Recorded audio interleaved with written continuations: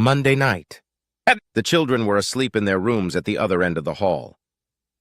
Matt and Lynn sat side by side in bed, leaning against the pillows. He was reading a book about the Civil War. She was editing a marketing report. With a slight sigh, Matt closed the book and rolled onto his side to look at his wife. He always liked the way the tip of her tongue stuck out a little between her lips when she was concentrating on something. Pen hovering over the paper, she absent-mindedly brushed a strand of her dark hair back behind her ear. "Linny?" She answered without looking up. Matt waited, and after a moment she turned to look at him. "Do you love him?" Lynn became very quiet and a little pale. She looked at him silently. She just couldn't bring herself to play this game of saying what, or try to lie ridiculously. Matt deserved better. He didn't. "So this is all just about casual sex. Matt, She started, trying to hold his gaze. Then she looked at the papers in her lap. "Yeah, I think it was just about sex. Flirting and then sex." "I see," he said into the silence. "I want you to sleep in the guest room," he said, his voice still calm and quiet. She nodded and got out of bed, putting on her slippers and reaching for her robe from the chair. "Unless, of course, you slept with him in that bed. If you did, I'll never sleep in it again." "No, I didn't." She wanted to say, "How could you think I'd do that?" But that would have been ridiculous under the circumstances. Without a word, Matt turned off the bedtime light and laid his head back on the pillow, turning his back to her. Lynn stared at him for a moment, her face tense with pain. Then she quietly left the room, closing the door behind her. Friday evening. When Matt got home, the house was full of delightful smells. He hung up his coat, and Lynn came out of the kitchen to greet him with a smile, though she didn't dare get close. She was wearing one of her holiday aprons that she wore when guests came over. "Beth and Jason are having dinner at the Frankel's restaurant. I thought I'd cook us something nice tonight," she said, trying to keep a smile on her face. Matt glanced into the dining room. The table was covered with a tablecloth, with china dishes and two of their best flutes on it. There were candles and cloth napkins in silver rings. Matt nodded. "It smells good. Let me wash up and I'll be there in a few minutes." When he returned, Lynn was just bringing food from the kitchen. She served each of them fried chicken, straw potatoes, and string beans. Off to the side, in a pretty bowl, was a beautiful salad with orange slices. They sat down, and Lynn smiled brightly at her husband, although the tension was evident on her face. "This looks really beautiful," Matt said. Then leisurely he stood up in his chair so that it towered over the table. Lynn watched in confusion, and then in horror, he unzipped the zipper on his pants and carefully pissed all over the table. He doused the chicken, the side dishes, the salad bowl, and the newly filled wine glasses. His piss soaked the plates and the tablecloth. "Matt! What?" Lynn shrieked almost involuntarily. Her eyes widened with shock and horror. Matt zipped up and got off the chair. He looked at Lynn intently. "I thought you might be interested to see what it's like to have someone piss on something you care about, something you've put a lot of time, love, and effort into. I thought it might be a rewarding experience." Lynn didn't answer, just looked at her husband, tears rolling down her cheeks. Matt walked over to the closet, pulled out his coat, and walked out of the house. Sunday afternoon. "I've requested a transfer," she said. "Oh? They're transferring me to the internal marketing department in a week. I wanted it to happen as soon as possible. I'll be in a building on Union Street, away from where I work now." "And why did you request this transfer? I thought you liked the international section." "So I won't be anywhere near, with Douglas. I won't be in the same office anymore." He stopped raking leaves and turned to her, standing beside him in a bright fall sweater. "And this is important to me. Why?" She looked both annoyed and hurt. "Because I won't see him, that's all. I wanted you to know that." She turned back to the rake again. "Lynn, you've already told me it's over.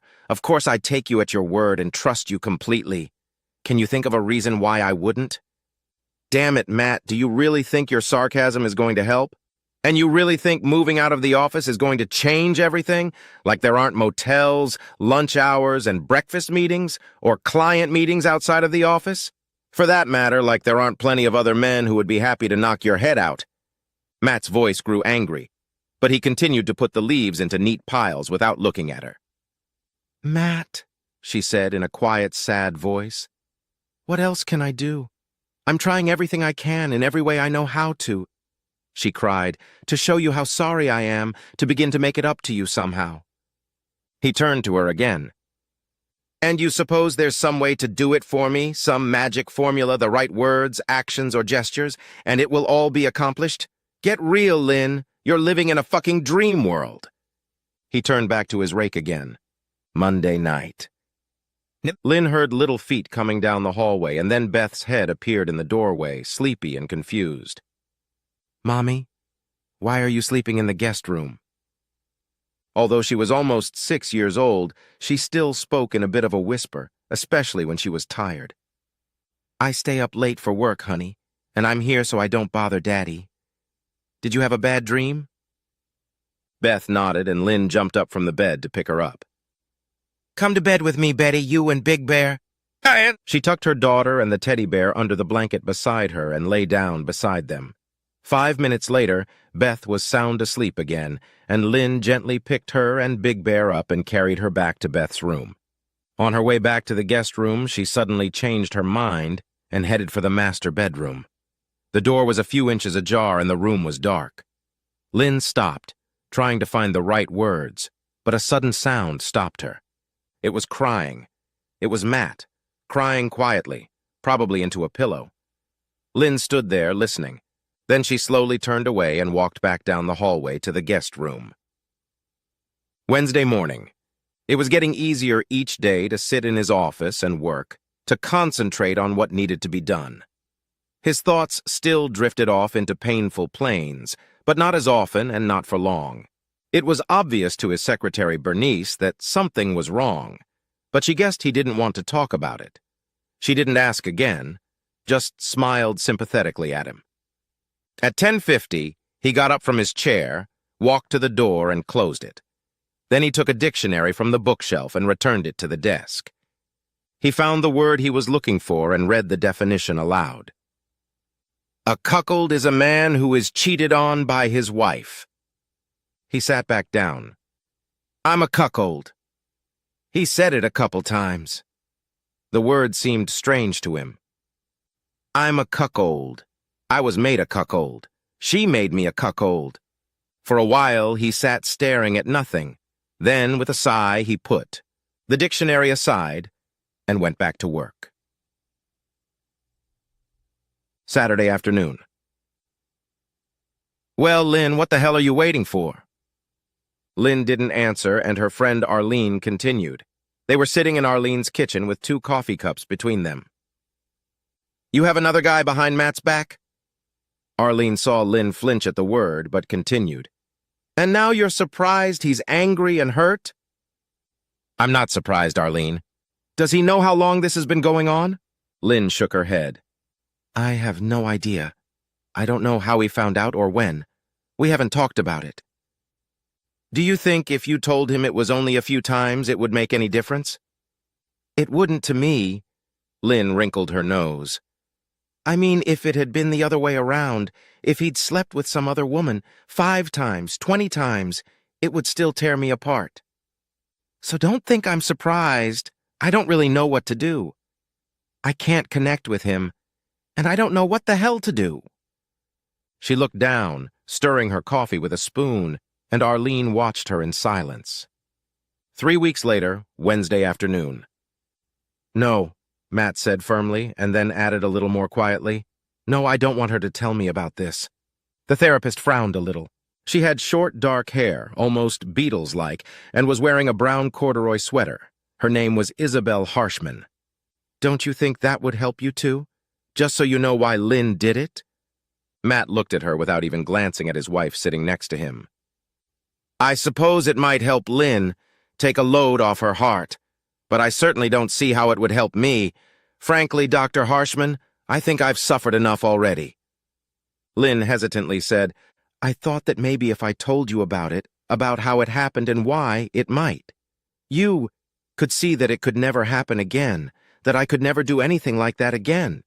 Matt turned and looked at her. "Do you really believe that? Do you really think you can tell me anything that would restore my trust in you, Lynn? Make me feel like I won't have to worry about you for the rest of my life, wondering when the next time it will be, you jumping into bed with other men?" Lynn looked down at her lap. Very quietly, she said, "No, Matt. I don't think there's anything I could say that would convince you." 2 months later, Thursday evening. "Oh, Matt, it's so beautiful here." She smiled broadly at him, squeezing his hand across the table. They were sitting at a table on the veranda, overlooking the Caribbean Sea. The air was delightfully warm, and the red sunset still hung in the sky. On the table between them was a pitcher of sangria and a plate of fried shrimp. "This is so good, isn't it?" His answering smile didn't quite match hers. There was a bit of tension on his face, perhaps around his eyes. In response, he squeezed her hand for a few moments, then took his fork and impaled another shrimp. "Thank you so much for agreeing to come down with me." Lynn knew he was having trouble holding her gaze for more than a moment at a time. An hour later, they were making love in their room. Later, they lay down together, Matt on his back, putting his hands behind his head, and Lynn pressed herself against him, resting her head on his chest.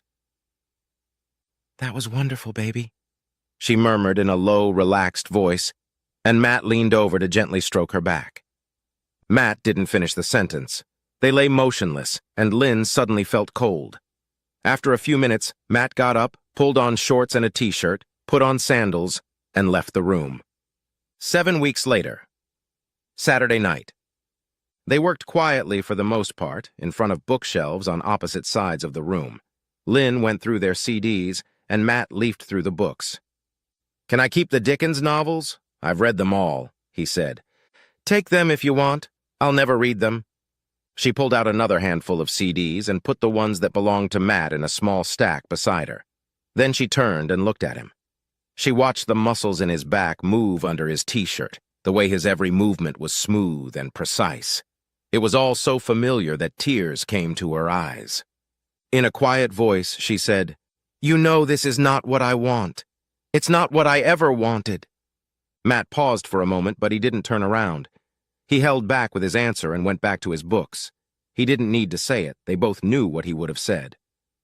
5 weeks later, Sunday night. "Mommy! Mommy!"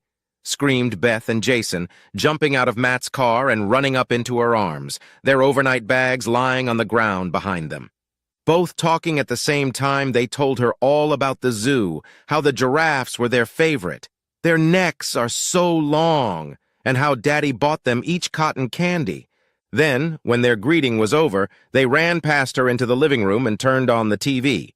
Matt smiled as he walked toward the house, carrying the children's abandoned bags. Lynn smiled back. "Looks like the zoo idea worked out. I could never tell if they were thrilled or horrified. We got very close to the giraffes. They towered over the wall right above our heads, and they loved watching the giant tortoises. It was a good day." They chatted for another minute or two. Lynn said, "Hey, do you want to come in for coffee? There's a pot on the stove." No. No, thanks," he said, a little embarrassed. "I really have to get going." "Okay," Lynn said, trying to keep a smile on her face. "I'll see you Wednesday night," he said, and turned to his car. She stood and watched until Taurus reached the end of the street and turned left, hiding from her. 4 months later, Monday evening. Beth sat at the kitchen table, coloring while Lynn made dinner. Jason sat on the floor playing his favorite wooden puzzle for the 500th time. It was a multicolored clown and had 17 pieces. "Mommy, can friends kiss?" Beth looked at her mother expectantly. Lynn turned to her. "I don't know, dear. What do you mean?" "Well, I never kiss Artie or Melissa or my friends at school." She wrinkled her nose. "It would be gross to kiss Artie. But we met a friend of Dad's, and they kiss all the time." Jason broke away from the puzzlement. "Angela is so cute," he said. "Yes, she is sweet. She made us hot dogs and macaroni and cheese." Jason interrupted her, and then he lost interest in the conversation and went back to his riddle. Yes, and she said we could go get ice cream next time. But she and Daddy kept kissing, you know, just like you and Daddy. Do friends always kiss? Lynn squeezed her eyes shut for a moment. Then she opened her eyes and smiled at Beth. Well, dear, some friends kiss and some don't. It all depends on the circumstances. But kids your age don't kiss their friends, so you don't have to. Okay. Beth nodded and went back to her work. Apparently, she was molding a duck, though it looked a lot like a stegosaurus. Lunch, wash your hands, Lynn called out. When the children returned to the table, she said, 2 pieces of broccoli each, at least, or there will be no dessert today. She watched as they poured ketchup into their hamburgers and started eating them. Then she went back into her bedroom and closed the door. She sat down in the chair by her bed, covered her face with her hands,